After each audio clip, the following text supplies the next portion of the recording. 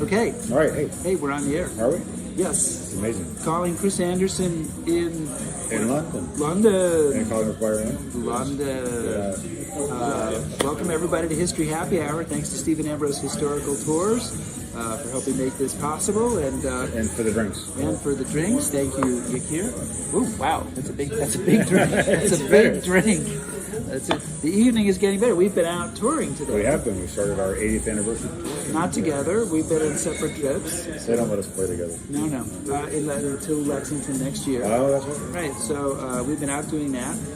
And my group heads over to Normandy on Sunday, which is the day people are seeing this. Oh, right. So, no, I'll already be there.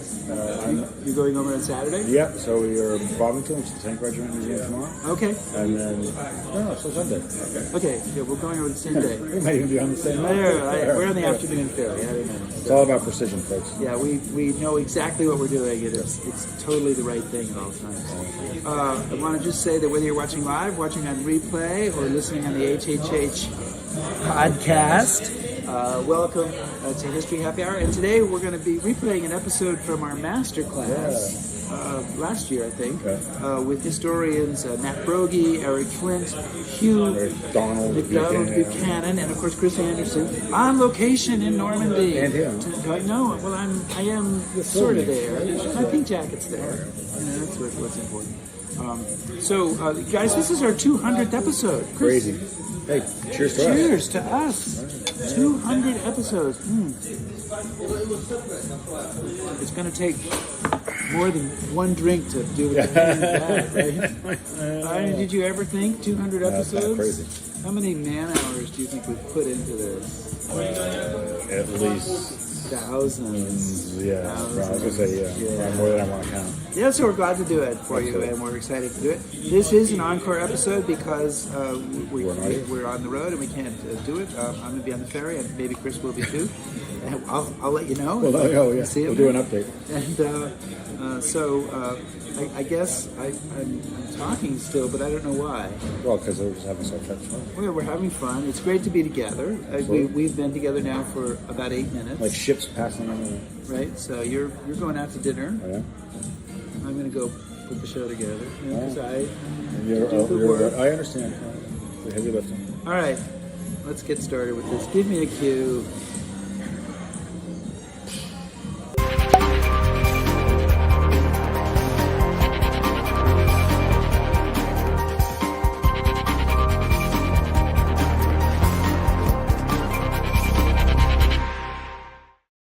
Okay. Hey, so the bar is open. The bar is fun open. Yeah, the bar is open. And actually, we're waiting for the bar to really open in real life so we can get down there and have a drink.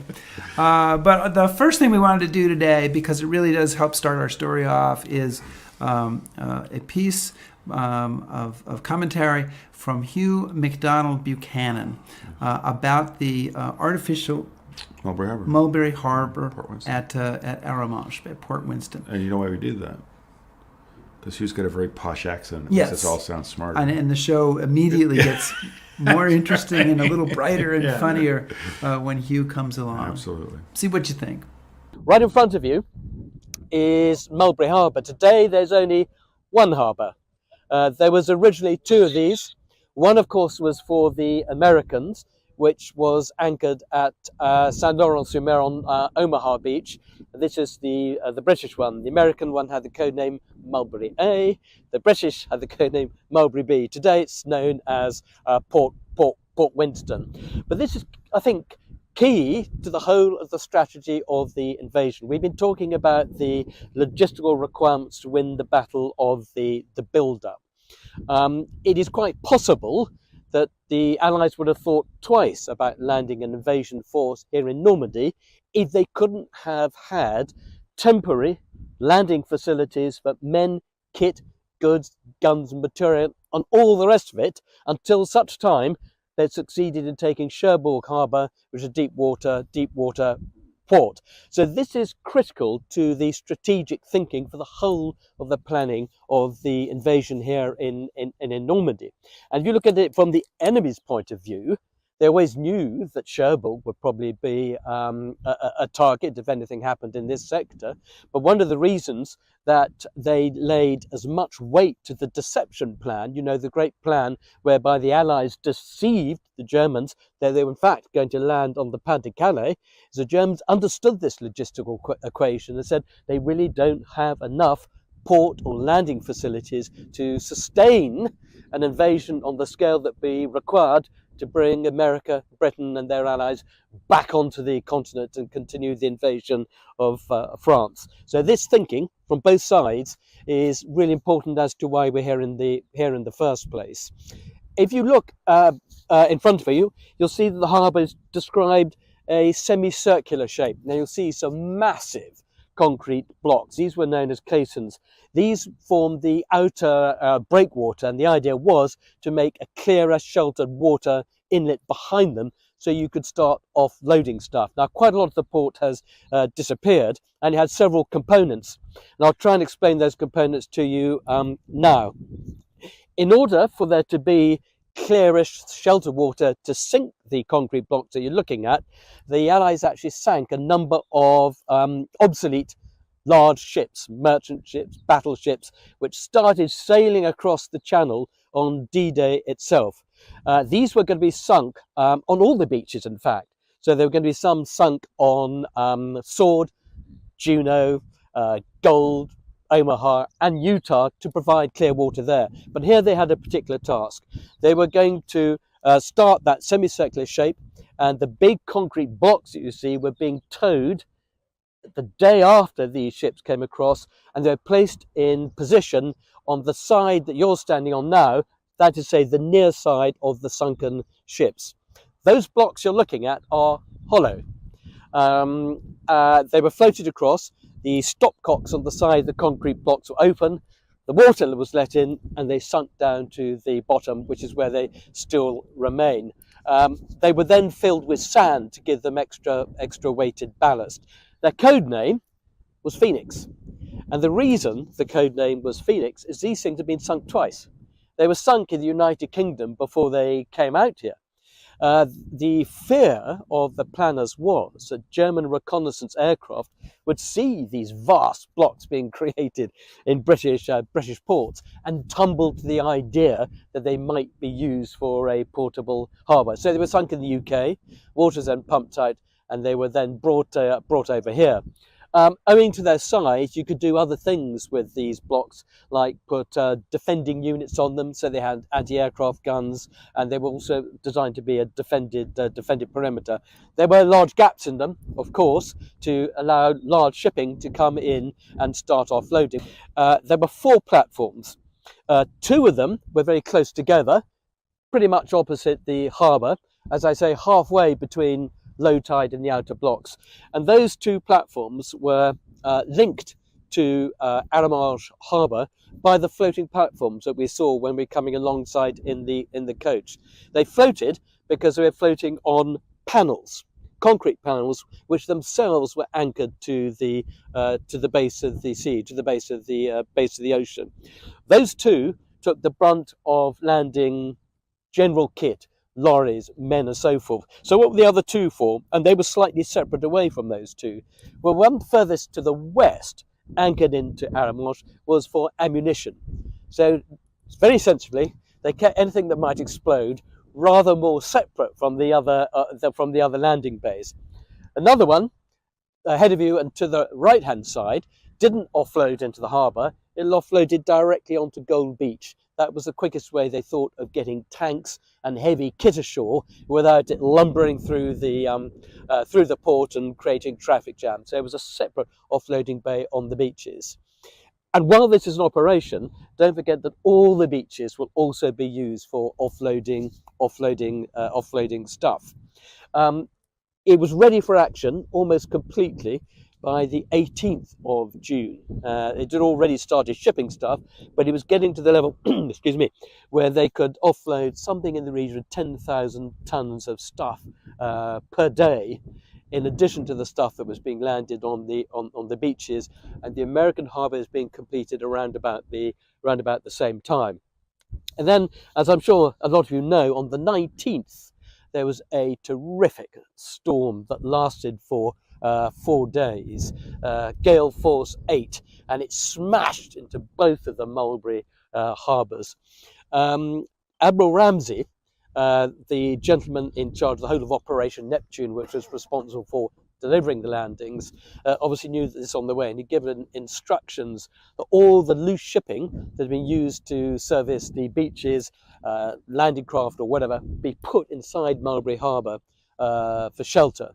But even so, that storm ripped in from the northeast, tore into the harbour, and it smashed up the floating runways. It smashed up a lot of the landing craft. So this harbour was put out of action for somewhere in the, well, nearly a week. And just give you an indication of what that means for operations on the ground. At that time, Montgomery and Dempsey were planning a big attack on the Caen area, which we'll be talking about tomorrow, called Operation Epsom. This is going to be have a core. It's going to involve 60,000 men. He wanted to launch that attack a week earlier, or just under a week earlier, actually. And what had happened in that intervening time was the storm wasn't preventing the Germans moving into the area. So the storm gave cover for German troops moving into the front line. So the storm and logistics, and the way in which the storm affected logistics having a really important impact on military manoeuvres. And in the American sector, looking at the American historians, at the time that the assault on Cherbourg is happening, the American troops that have cut across the Cotentin Peninsula and are now facing south, their artillery units are reduced to the ration of 25 shells per day. So this begins to illustrate, I think, yet again, how important the logistical equation is. I haven't talked about the American Mulberry Harbour. The storm that came through smashed it to smithereens. It literally picked up the blocks, hurled them on the beach, and caused enormous destruction. And it came across the southeast of England with its azimuth, its centre axis, straight through the Dover Straits, came from that direction straight down the English Channel, whack, into the two Mulberries. Well, why did this one survive and the other one didn't survive? There's been all sorts of theories have been contested. They've also become the object, I think, of national politics. So some of the engineers said, well, you put it in badly. And the Americans said, no, we didn't put it in badly. We did exactly the same way as you did over there. But there's a professor of meteorology at Oxford who's recreated the weather pattern because he wanted to see what happens to the waves in the English Channel. He came up with the theory that out there, there's deeper water than there is, deeper water closer inland than there is at Omaha Beach. And that, he led to speculate, means that the waves on Omaha Beach were far taller, far greater, and therefore far more destructive than they were at Mulberry Harbour B here. I think that's an open case, but for the moment, I'm going with that one on the basis that the only person who could have been politically prejudiced at the time was he on high. So who is the man on high? God. So he's saying that God would be The only person that can say whether it was the right decision. Okay, I thought it was Winston Churchill. Yeah, no, I don't think so. I I don't think when you go like this, Okay, that tends it was to be, definitely, yeah. okay, just obviously losing a little bit in the. And it translates. Well, it's that posh accent. I know it really captured me. Good. Our second piece today is from Matt Broggie. Yep. Actually recorded it yesterday morning, and he's in. How do you say the name of that town? Epsidoe. He's in Epsidoe for It's actually a story that starts on June 6th, but then turns into an investigation. Yeah, and it goes on longer. Yeah, and I think it's certainly a story that deserves more attention that I'd never been made aware of. And really, yeah, and there is a marker there, and you'll see it in the piece, but not a place that I think very many people visit. When we pulled up there with the bus, the incident is called the Epsidoe massacre. It's American soldiers who get massacred, and when we pulled up in the bus, it was awfully quiet. Yes, So. but it's one of the great advantages of these master classes. We do get to kind of check out stuff like this. So. Yeah, well, one of the coolest things that we do is that we're visiting all these places that either we've never been to or never taken people to, and so never really had to do the research and go into detail on some of this stuff. So that's been pretty exciting to be listening and learning. So here's Matt Broggie. June 6th on D-Day. There is a stick of paratroopers. A stick is a plane load of paratroopers from the 507th Parachute Infantry Regiment Headquarters Company of the 82nd Airborne Division. Okay, they are well off course. Just story of the jumps on D-Day, as many of you are familiar with. They the one stick will land around the village of Epsidoe, and the lieutenant, his name is Shutt. Lieutenant Shutt quickly recognizes that they are completely lost because there's no other paratroopers around them. They're completely isolated. They missed their drop zone by 4 miles. Okay, and so what he does, he assembles the men that he can find, and then he gathers them in these woods right here. So 14 men jump, 12 assemble in these woods here. Shutt will send out a 3-man patrol under a private first class named Ashton Landry. Landry and the 2 other paratroopers go to this farm. This is La Castelle. That's the name of the farm. They go in there. Landry is from Louisiana. He speaks French. So he knocks on the door and he speaks to the family here. And they're trying to figure out where they are, get some information to bring back to Shutt, who's waiting here in the woods. As they were having this conversation with the French family, they start hearing hobnails coming down the street. And hobnails are what keep German boots together. They're the rivets, the little nails that go into German boots. This sound is very distinct. So that's a giveaway that there's a patrol coming down the road. The family quickly hides those 3 paratroopers in their loft, in their barn loft, just on the corner up here.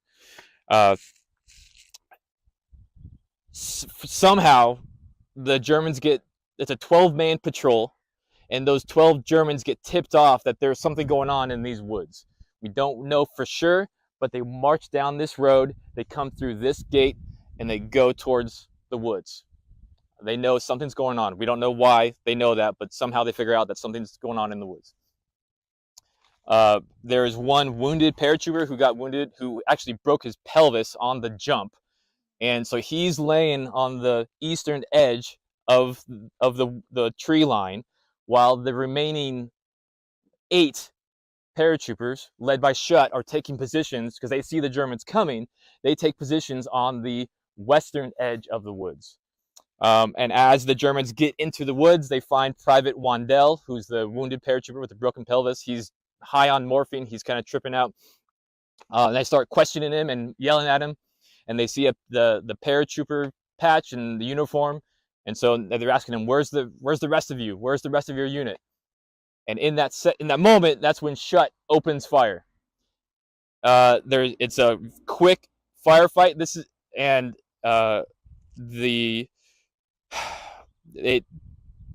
The Germans are able to get into the backside of the wood line, and the 3 of the men are beaten to death. It descends into hand-to-hand combat, and then as that happens, Shutt will surrender. Somehow the Germans are able to envelop them, and they force them to surrender after beating 3 of them to death. So now there are 6 paratroopers alive who are taken prisoner, including Wandel. Meanwhile, Landry and the 2 others hear the firefight. They move down the lane into that complex there, and they are watching Shutt and the others get taken prisoner. And the 6 of them are led out the cattle gate, down back to the village, and into that chateau that which we'll visit in just a second, or past the church into the chateau, which is where the headquarters is for the German garrison here in Epsidoe. After that, that firefight takes place about 6 a.m. Okay, just give you a timetable during the day. The 3 paratroopers who were beaten to death, and I'll explain why we know that in a minute. But their names are Robert Watson, Daniel Tillman, and Andrew Kling. Their bodies are left in the woods. The 6 remaining are taken and interrogated at the headquarters at the chateau. After they're done being interrogated, Schutt, the officer, is taken to a prisoner of war camp. Wandel, the man with the broken pelvis, he is taken to a field hospital. Okay. So now the prisoners were led after their interrogation. The prisoners were led up this road and through the cattle gate at gunpoint into the woods, where the 4 of them were shot in the back of the head. So Renault goes into there either to investigate or to get firewood, but then that's where he discovers the 6 bodies. Okay, oh, I'm sorry, correction, 7 bodies. The 3 men who were beaten in the firefight, and then the 4 who were executed. Pierre Renault will go and contact the mayor's assistant. His name is Launay.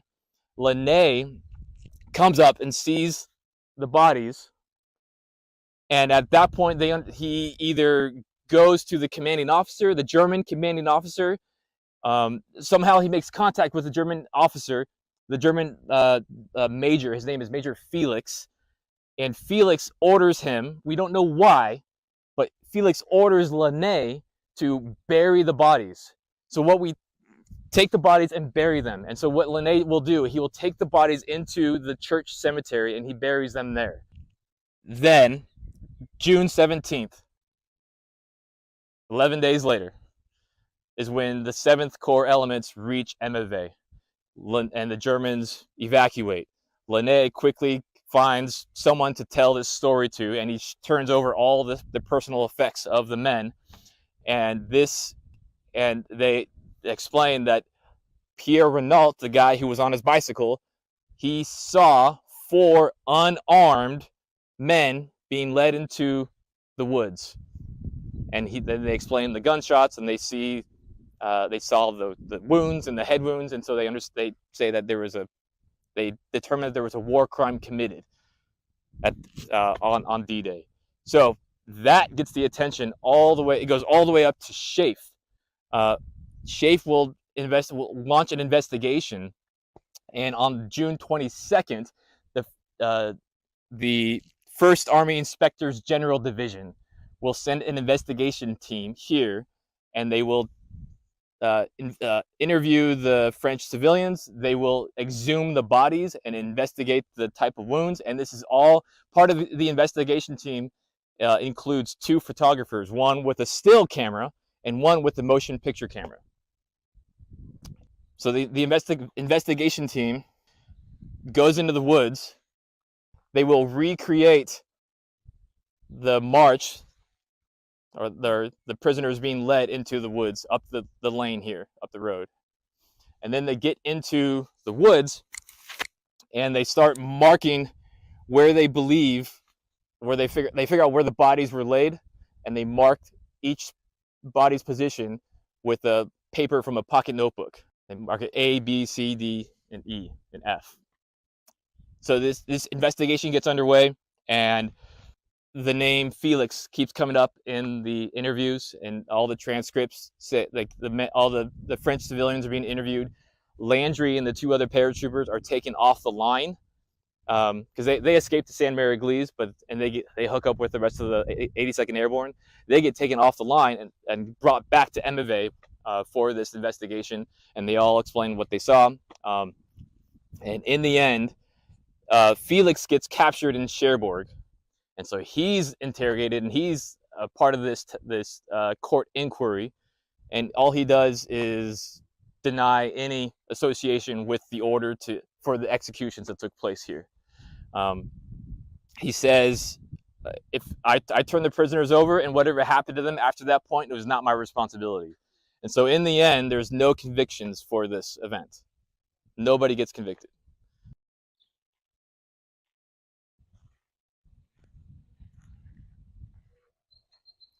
The 4 men that were executed Private Robert Werner, Private Delmar C. McElhaney, Private Anthony Hitz Taylor, and PFC Ellsworth Heck. Okay.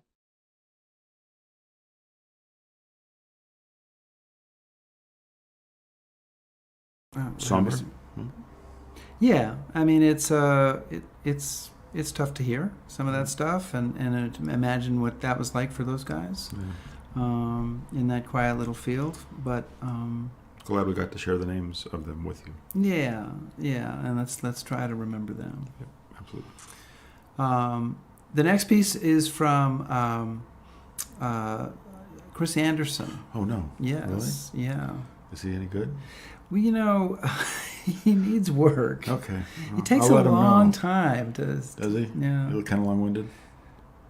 Well, he's talking about very important stuff. Oh, yeah. Well, Canadians, obviously. Yeah, All right. yeah. Surprise. So, Chris, you want to set up the Yeah, piece well, you're we're doing talking here? about Operation Spring, which was a Canadian operation launched July 25th, 1944, and it was launched in conjunction with the Operation Cobra, so the more famous American operation, and it turns out to be kind of one of the darkest days in Canadian military history, and it's something I've always been really fascinated by. So we spent some time talking about the Black Watch of Canada and their attack on July 25th. All right, guys, so there's a whole lot to unpack here. Where we're standing now is a place called Point 67. Obviously, you can see a pretty strategically important area. Montgomery's starting to take a lot of heat. Eisenhower's getting very impatient, and it's getting kind of tricky. And this major operation that Montgomery had invested so much in has kind of fallen on his ass. So,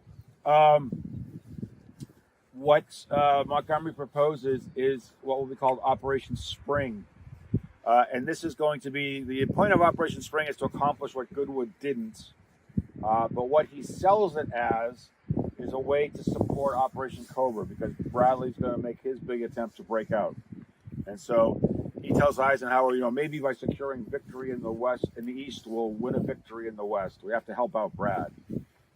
The job is given to Guy Simons, who commands 2nd Canadian Corps. Simons is a Monty protege.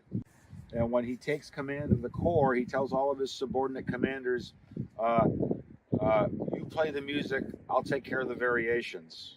And basically the idea kind of spreads throughout the Corps that you just do what I tell you to do. There's going to be very little personal initiative or anything like that, so that's going to be allowed to be exercised by these guys as they go into the attack. And that's going to kind of be a major problem. So what Simons is going to try to do is launch a night attack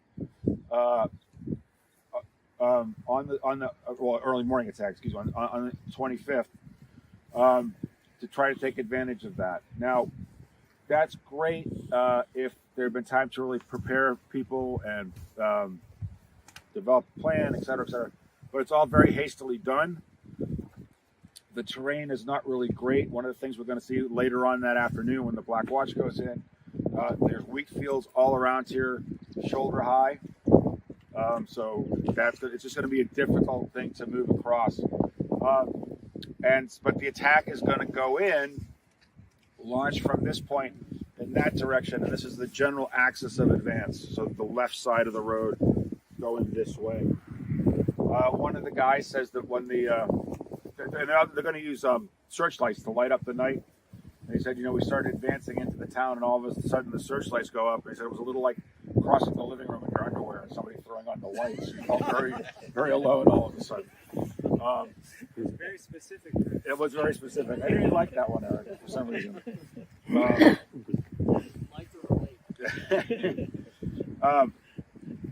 So they're going in to the attack quickly breaks down because they can't coordinate the advance. The darkness doesn't really protect them. It just makes things more difficult to move through. Tanks and infantry get separated. And the Calgarys get into St. Martin, and they start to have a very, very nasty fight. And I should also say that the 5th Battalion of the Black Watch, they are going to be the follow-on force here. They're supposed to launch an attack go through this town and hit the next town down the road. And they're told that this has already been cleared, so don't worry about it. You just go through here to your start line, and that's where your attack will jump off from. As they go down the road, of course, it hasn't been cleared. And right out of the gate, they take about 60 casualties going through the town before they can even get to their jump-off position. And amongst the casualties they take are their battalion commander and their second in command. So the guy that's given command of the Black Watch is a guy named Griffin. He's an A company commander. They said he's very good, he's very competent, et cetera, but he's all of a sudden like, hey, guess what? We're going to lead an attack. Right? So and the other problem, so he's trying to sort out what's going to go on. The next village down the road is Mairie, and we'll be down there in a little bit. And Mairie is supposed to be his jump-off point. The initial plan is to use the road to take tanks, drive down the road, and basically hook a left. And he decides that he doesn't want to do that. He thinks it's going to take too long. He's losing the darkness. The sun is coming up soon, so what was supposed to be an early morning sort of dawning attack is now a broad daylight attack. And because Simons is so strict and doctrinal as far as his plan, it's a very World War I tactic. He has a fire plan that at certain periods of time, the barrage will lift and it will move forward, and you follow the barrage. Well, that's great, but if you miss the bus, so this is all happening very quickly. He's just been thrown into command. So the brigadier, the 5th Brigade commander, a guy named McGill, comes up and he says, "What's your plan?" And they have this hellacious argument here. McGill says, "If you're supposed to go down the road, you've got armor support." Griffin says, "Well, no, because it's busy." I think that, and the brigade commander says, but there are Germans in the town, and they'll hit you in the flank. He says, "Well, no, it's just I sent a patrol in. They encountered one machine gun. The cavalry's are going to take care of it. I'm going to cut across the field. Up, that's the Verrières Ridge." And Griffin had a very good reputation. McGill doesn't want to undercut him right as he's going into command. He seems to have what they would call grip on the situation. He's a little bit unsure, but he says okay. So Griffin will hastily get his unit together and come from down this road through St. Martin and then to Mairie to try to get to his jump-off line. And I should say a little bit more about the Black Watch. At this point, they've taken 60 casualties, okay, in the village just here, like I said, including their battalion commander and the best company commander. So at this point, the battalion is 320 people, all souls. So that's 4 companies plus a headquarters company, basically. And they're all going to go. A little bit about the Black Watch. They said that you should know about the Black Watch. It's sort of the senior militia regiment in the Canadian Army. It performed really magnificently in World War I. It has the most highly decorated unit in the Canadian Army in World War I. 6 Victoria Crosses were won by members of the regiment. So why does that matter? Well, they come back and they've got everybody else in the Canadian Army says these guys have got a bit of attitude. There's the Army way, and then there's the Black Watch way. There's this really big, great sense of the pride of the regiment, and I think it's a concept that a lot of people now, especially civilians, have a hard time understanding, but that is a very real thing to these guys.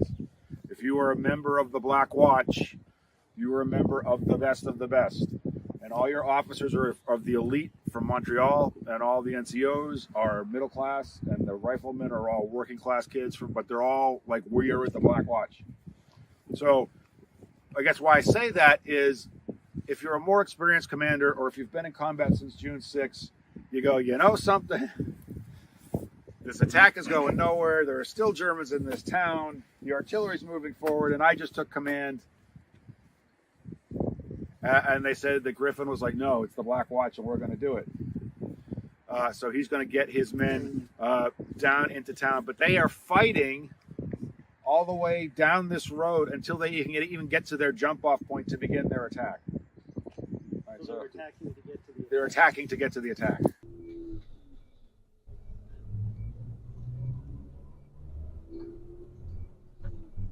So where we are now was called Le Site de la Mine. So this is where that mine was located. And it's kind of a light industrial thing, but they said that there were smokestacks with bridges connecting them.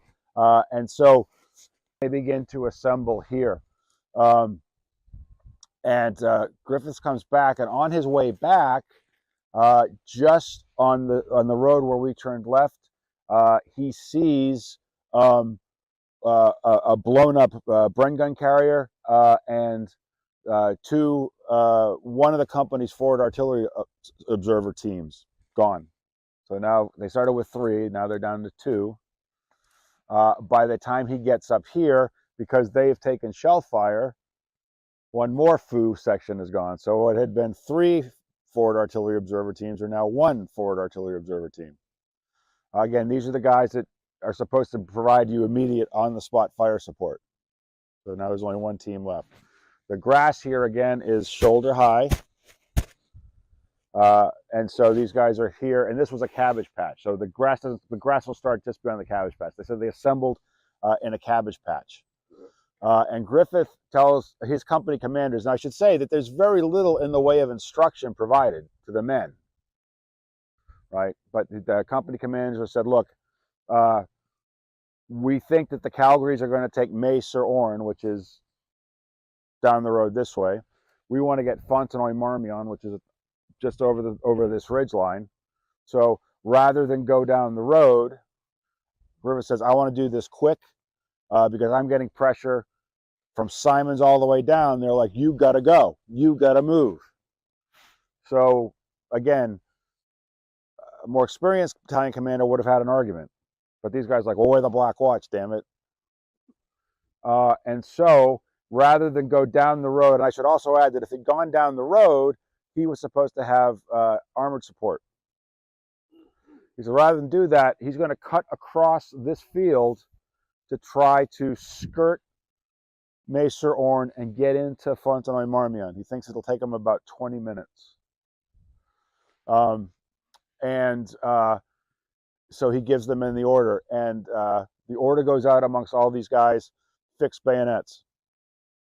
And so the 2 quotes I want to read here, I think are, I don't know, kind of telling. There's a guy named Bruce Duckett, and when Bruce is given the order, he explains to the guys around him, he said, I thought, God almighty, this is fucking stupid. What are we doing? This isn't World War I. Right. And they said that the other guys, it was almost silent. They have a sense that this isn't going to be the best thing when the order goes to get. And they said some guys just started like doing the rosary. Some guys were praying.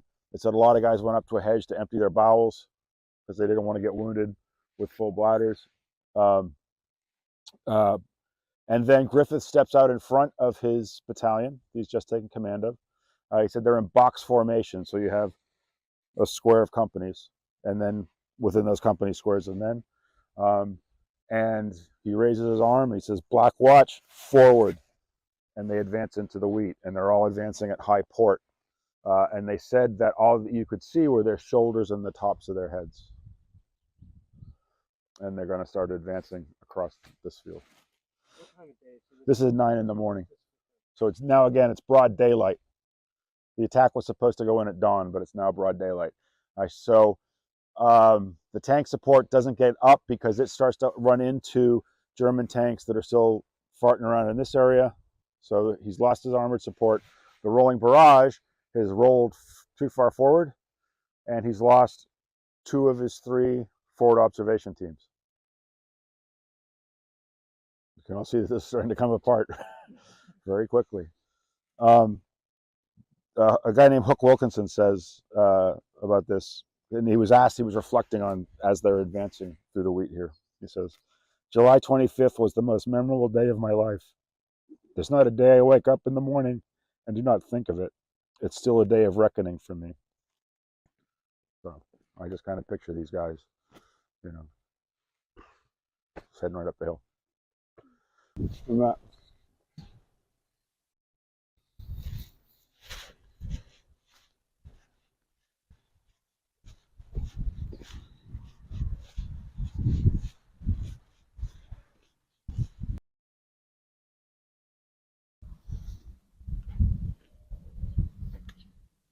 and then the high ground in the distance, that's 0.67 where we started.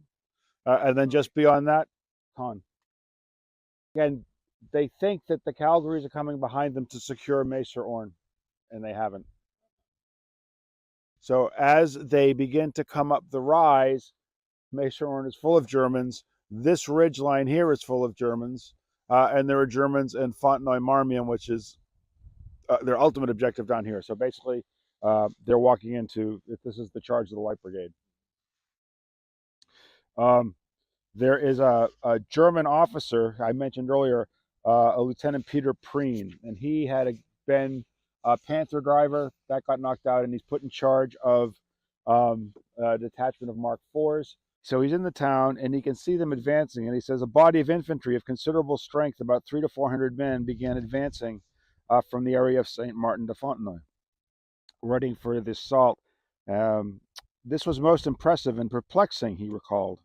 The soldiers marched upright, holding their rifles across their breasts in readiness, as if on a drill square. Then just as they get to the top of the rise, again where that hedge is, this is a passage from this book here. David does a very good job of describing the moment the attack begins, so I'm just going to read his words. Almost like this. In one furious thunderclap, the full might of German firepower assembled over the previous 5 days opened up in this textbook defensive operation of war. The first salvos from 81 and 120 millimeter mortars crashed down in a curtain of steel behind Griffin's tactical headquarters and the trailing companies, effectively cutting off the battalion from the Canadian lines in any withdrawal route. So what they're going to do now is they're going to drive them into the ambush. It's like beating partridges. From defilade positions on the flanks, machine guns sighted on fixed lines cut swaths into the wheat at knee level and with scythe-like precision tore apart anyone in their path. On the ridge to the left, German panzers, likely Mammoth Tigers from the 103rd SS Heavy Panzer Battalion, opened fire at almost point-blank range, while high-velocity shells from other Tiger tanks and anti-tank and flak guns positioned across the Orne found their mark as the promised smokescreen either proved ineffective or failed to materialize altogether. Dirt, grain, bodies, and body parts flew in all directions. The ground shook with every step. And Preen goes on to say, he said, scarcely anybody looked for cover. It looked like waves of men rolling steadily forward, no sign of panic, despite their visible losses. To us, soldiers with 4 or 5 years experience, this was most unreal. And one of the few survivors, Bruce Duckett, said it, and again, you know, they can't see the disaster because the wheat is up to here, right? And so it's very isolating on top of everything else. It's like charging through the wheat field at Antietam, if you've been to see that. It's the sound that haunts you. The first thing you noticed was how loud it was. Machine guns firing, bullets whipping through the grain that sounded like wasps, shells landing, men shouting orders, and wounded screaming. Screeching metal and the clang of bullets and shell fragments meeting body armor, shovels, picks, or helmets, and the smell of the cordite from the blasts. It stunk. So they make it to the rise, and they get to the rise. They realize they can't go back. Their last foo has been killed. And then what they notice is the Germans deliberately look for the radio operators. So they look for the antennas sticking up in the grass, and they direct their fire at what little radio equipment they have. So that's knocked out. So they are totally alone. Most likely, most of them are killed just as they get up to where those trees are, but they kind of continue to stumble forward. And there's another passage in here. He says, you know, it's the pride of the regiment. The Black Watch goes forward. Griffin is killed somewhere just at the top of the rise, and before he's killed, he tells people, get out of here. But they don't know what that means. So some try to go back and some go forward. And as the guys that are trying to go back, by the way, back at the mine, they didn't get all the Germans, and there are snipers in the mine. And they're popping these guys, the wounded that are trying to get back to the cabbage patch. And so eventually the last few survivors, or the last remnants, will basically be wiped out in this field here. So of the 320 men in that battalion of the Black Watch, 20 answer the roll the next day. Battalion gets reconstituted, and then in October, it gets wiped out again. So the Black Watch will have the distinction of being the Canadian regiment that suffers the highest casualties. So out of the three, it was 320. 320 and 20 answer the roll. Yeah. The next day. And how many of the 300 were wounded as opposed to killed? Well, I know it was about 122, as I recall now, were wounded, and 80 are taken prisoner, and the rest are killed. Yeah. Are killed. Wow. Did you ever talk to any of the guys who were Yeah, there? well, I many years ago, I used to go to the Black Watch reunions up in Montreal, and so July 25th was always a day that, you get a lot of kind of quiet moments when the guys would talk about it, and it was a day that really struck them, and ever since I met them, it was an event I was always fascinated by. So, I'd been before, and David O'Keefe, who's been on our show a bunch of times, has written a really wonderful book about that attack. But it was nice to bring people there and make some folks aware of it. Yeah, and you read a little quote from his book, Yeah. and that was really excellent. Yeah. So our next piece is from Erik Flint, and recorded at Crisbecq Battery, and I think I'm not going to say anything in introduction to this. It's very interesting, and it's one of those fights that more people should know something about. Right, these Crisbecq and what's the other battery? Epsidoe. It's like two batteries for the price of one. Yeah, and they're up there on the Cotentin Peninsula, and it's part of the drive for Cherbourg, and they are holding up the folks who've come off Utah Beach, and so Erik talks a little bit about that. This is an excellent example of two mutually supporting defensive positions. The initial thing to note about the Crisbecq battery is its main guns are massive 210 centimeter guns. They are naval guns. Walter Olmsen, Oberleutnant zu Marine, I think, basically, Olmsen is a Kriegsmarine guy. In fact, he, as a young first lieutenant, started out in the Weimar Navy in the 1920s. Eventually makes it all the way up to the rank of chief boatswain's mate. He's quite a performer. He gets a commission, and eventually will find himself here in command of this battery. And the reason I say that is we look at a lot of the artillery positions along the Atlantic Wall, and there's essentially two types. You've got the weapon systems, which are fixed Army artillery. They're looking at the invasion beaches. These are actual naval guns where the crews are trained to track and fire on ships. That's a whole different skill set than being a regular ground artillery folk. So that's what Olmsen's doing in charge here. According to the German records, on D-Day, so I want to make sure I got at 05, Olmsen is the first person to spot the invasion fleet. By the way, the Utah Beach, where it actually is, go straight that way about 6 miles, and then that'll get you to Utah. So this is how quickly things happen. Olmsen spots the fleet at 05. He calls up to his command up in Cherbourg. At 5:52, the order to fire on the ships is given, and beginning at 5:55, once all the crews get set up, you begin this duel between the Crisbecq battery and the USS Quincy and the USS Tuscaloosa, and also throw in the battleship Nevada.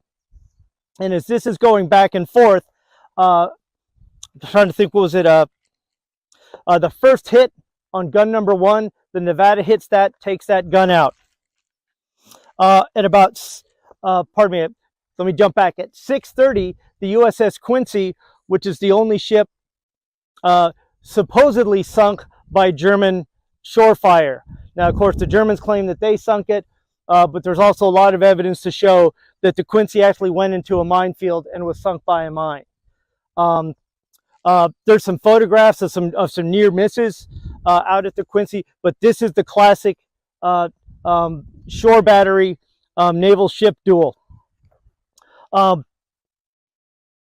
So this firing is going all day long. They eventually bring in 2 additional battleships that were supposed to be down at Omaha, and it's the Texas and Texas and the Arkansas come in because it's that much of a threat. When the guns here are knocked out, Olmsen actually getting direction from one of the main Widerstandsnest 2, which is down here to the south closer to Omaha Beach, says, hey, if you can't fire on the ships, can you help us out? So they begin firing on Utah Beach, and their fire is extremely effective. And that's part of what really makes it critical for the 4th Infantry to push their way up here. And just like Matt said, their job was to come in off Utah Beach, hook right, and head north. The original plan to take the whole peninsula, the original order called for the 4th Division to be on the right of the peninsula and the 90th Division to be on the left. It was just going to be a 2-division assault north. Things didn't turn out as planned, and this is you can turn around and see there's the water. There's the English Channel. So out there, you've got the 3rd Battalion pushing to the north. Coming up towards Crisbecq, you've got the 1st Battalion. And then further to the west, you've got the 2nd Battalion. And what happens on the 7th, again, Matt was talking about this, the 1st Battalion starts working its way up here. They get into the town of San Marcouf, but Olmsen, who is assisted here by some guys from the 919th Panzer Grenadier Regiment, they actually move towards San Marcouf. They bring some 75s. They put effective fire on the 1st Battalion, and the 1st Battalion is not able to make it up this far. The initial attack gets turned back, and what happens is you get a back and forth. At one point, 1st Battalion is actually the furthest north. 3rd Battalion is running into a lot of trouble here along the shoreline. 2nd Battalion out to the west is also running into a stiff resistance. So what happens is 1st Battalion finds itself in a salient with their flanks exposed because the other 2 flank battalions have been pushed back. So given the fire support from Azaville, and like Matt talked about, with Olmsen calling in the Screaming Mimis and Naval Verfers on this position, there's no way that they can attack. The Germans immediately counterattack, and they attack once again when the battalion goes about 1 kilometer south to that little town of Dodenville. The Germans, right after midnight, do another counterattack and pushes the battalion further back. So over the next couple of days, all the way up until 8th and 9th, there's a succession of fights back and forth, but there's no way we can take this. The decision is ultimately made, we're going to bypass.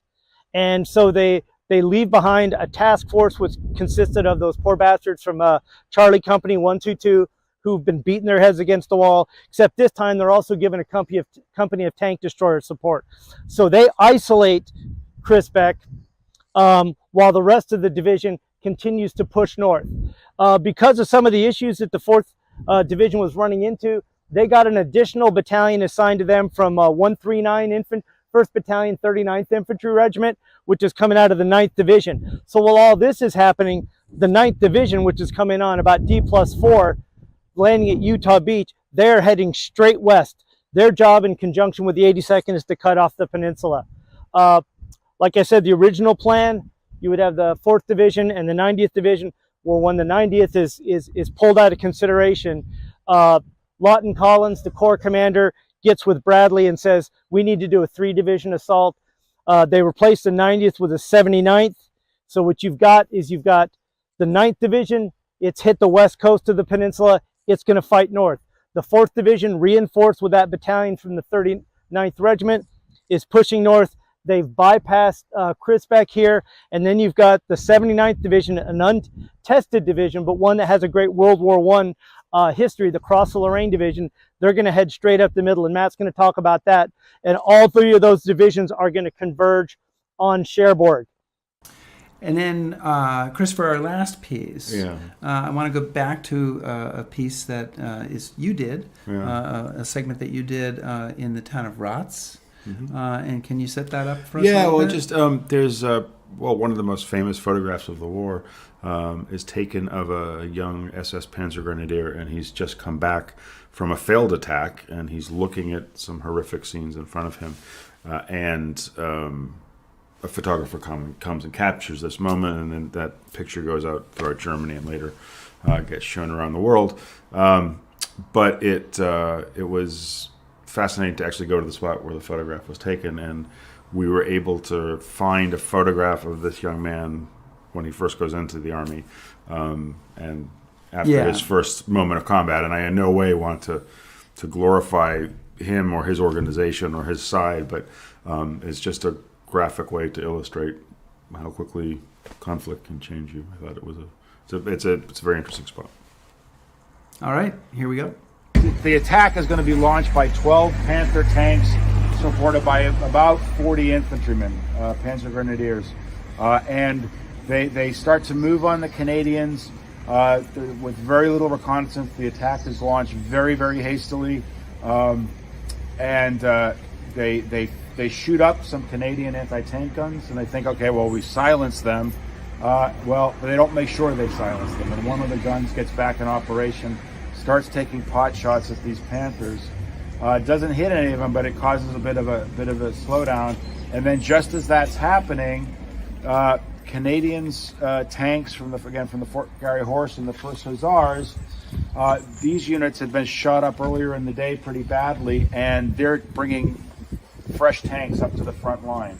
And these just happen to be Fireflies. And a Firefly is a Sherman tank with a 17-pounder gun, so it's bigger than the normal gun, which means it can knock out a tank. So pretty quickly, almost immediately, 7 of the 12 Panthers just boom go up, and the rest of the Panzer Grenadiers get shot up along this railroad embankment. And just to show, I'll just pass this around. This picture here is taken just a few days after that attack failed. But this is one of the Panthers. You can look at how many holes they pop into this thing. What the Canadians observed that these kids are very fanatical, but they don't really have a lot of finesse. So that attack is bloodily repulsed. Now, what's interesting about that is that one of the commander of that tank unit, he doesn't take part in the attack because he's been wounded earlier, but is Ernst von Rippentrop's son. So von Rippentrop's son had been wounded earlier, and he commands the unit that goes in, but the reason he's not killed is because he's already been wounded. And there's a very famous photograph taken of him, a guy named Max Wunsch. Max Wunsch is riding a motorcycle, and Rippentrop's son is in the sidecar. And that's taken just down here. We'll walk down there if you want, just for a photo. But the kids are really shaken up by that attack. And one of the first things, the remnants, they are here in this alley. And an SS photographer comes up to take a picture of them because their officers are saying, it's okay, you did okay, the Fuhrer still loves you, whatnot. So I want to show you this picture. So this is a kid named Otto Funk. And this is one of the most famous pictures of the war. Okay, and that is taken right here. Close up. You look into his eyes. So this is after his first combat.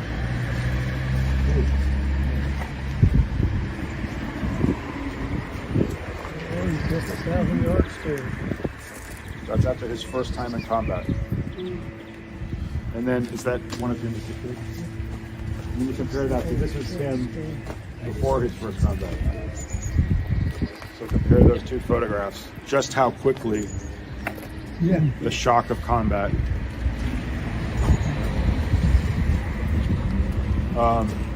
I just find that a very kind of telling sequence. But again, you see this in every single Normandy book, every single World War II book. And what he's staring at in this picture is right across the street is one of the 5 Panthers that survives this attack, and inside of it is the decapitated body of the tank commander, and the gunner of that tank, who's 17 years old, has been ordered to wash out the tank so they can use it again. So see, he's sitting on the back of the tank pouring water to try to get the blood off the tank. All these, fanatical little bastards all of a sudden realize that this isn't Boy Scout camp anymore, and they're staring at this. And so Wunsch comes over and talks to them, and that's why they take these pictures. He will go on to, he's one of the few, but he'll actually survive the war. And he dies in 2011. But he's 17 when that first picture's taken. He's 18 when the picture's taken. Right? They age but again, I think that's why it's very effective to look at those two together. You see just how quickly the shock of this it'll change your appearance. Yeah.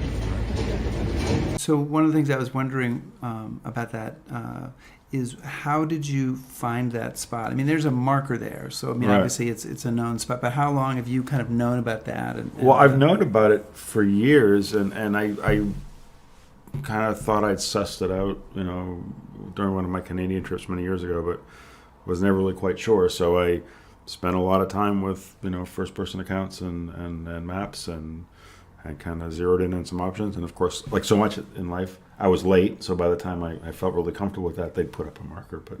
But other than that, it was a fascinating. They're monitoring you. I know, right? Yeah, it was fascinating to do the work and to actually, kind of see it bear fruit. Yeah, so I've had that experience with the Ghost Army of trying to figure out where things happen, where we're peering through reports and contradictory information and photos and interviews and trying to put it together to see what happened. And to not look really dumb when you get.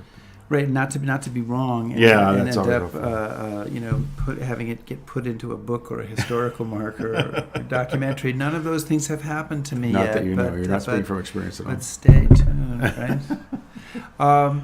So, do you have on the masterclass so far? We have not prepped this question. Do you have a favorite spot or a favorite moment? Standing where the Black Watch was. That's for me very special. And you? And you don't get to do it very often. No, and I don't get to do it very often. So it meant a lot to go there for myself, and also it meant a lot to have a chance to show other people. So we visited yesterday Fort de Roule in Cherbourg, and underneath Fort de Roule, the Germans used dynamite to make this huge array of tunnels and gun emplacements, and I just found that we went in. We had to all wear hard hats. I know. Lights on. You looked marvelous. Oh, thank by you. the way. That was for me. No, but seeing that space and then just thinking about not just the Germans, but everybody, the level of detail that they went into in war preparations, in development of machinery, in development of fortifications, in training, in changing the whole society. I mean, it's really unlike anything that's ever happened. And that was a reminder of that. Yeah, no, that was a neat sight. Plus, seeing you in an orange miner's helmet was really quite a treat. I'll see if we can't arrange a photo here in the show for that. Okay, so Thanks. encore episode completed.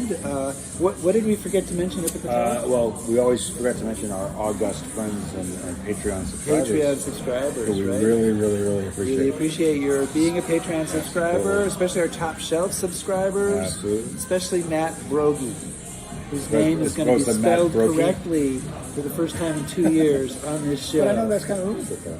You could say, why are you the same person? Anyway. It's really up to him to defend that. What do we got going on next week? We have, back live. Yeah. And I'll still be somewhere in the ETO. You? I will be back in Chicago. Oh, you lazy bum. Yeah, we have This is for our 201st episode. we have a great book called Valiant Women, which is the history of the role that women service personnel played in winning World War II. By Lena and But that's it. And She's got a wicked, impressive resume. yeah, so we're looking forward to that and making that go. And my name tag's crooked, but I'm straightening it I out. hope I know who you are So at this point. 201 episodes. Do you have your name tag? I don't wear name tags. You're always incognito. Oh, well, I figured if my guests on the bus don't know who I am, they're a bigger problem. Well, it's the first day.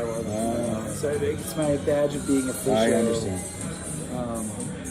And you do look very official. Thank you so much, everybody. Thanks for joining us. I can't do this without my notes, but browse us on historyhappyhour.com. Shout at us on Twitter. Facebook, follow us. Follow us on Facebook. And listen to the Back us on patreon.com. Pop in our podcast.